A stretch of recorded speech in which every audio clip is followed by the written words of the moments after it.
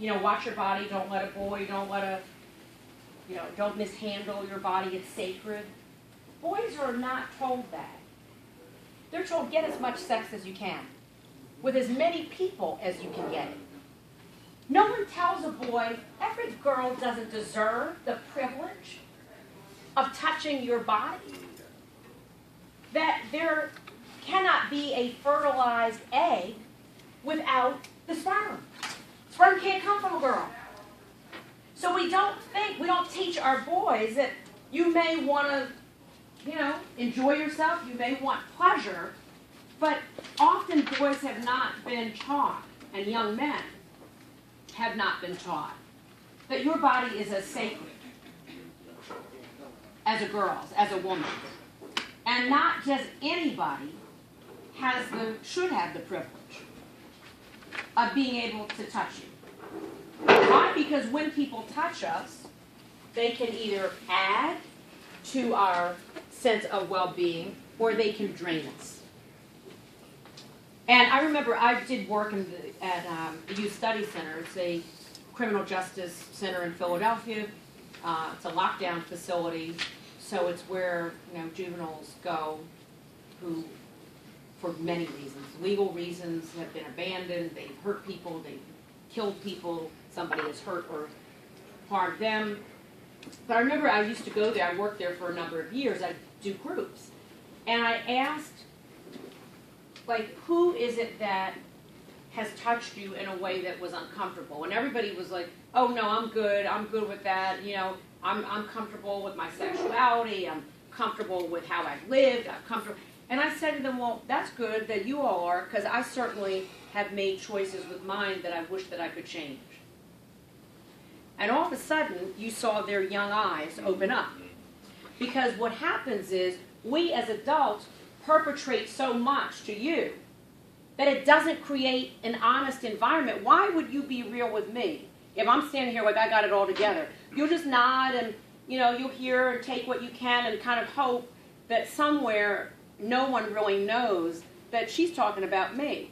But it changes when I tell you about my own story, about my own journey, about the places where my own self-esteem has had me make decisions and choices that hurt me. That I've had good touch and I've had bad touch. I've had people who were worthy of my time and worthy of my life, and I've had people who shouldn't have been anywhere near me. And I don't mean just in college, but as an adult. And so as we're here tonight talking about self-care and about balance, how can we do that if we can't tell the truth? I mean, how do we do anything without the truth? I don't know how to do that. My. I've tried it, and it didn't work. I mean, I've tried to find the shortcut. I've tried to find the easy route. I've tried everything that I hope some of it you won't have to try if you have some adults in your life like me who will tell you the truth, not about you, but about themselves. I can't tell you about you.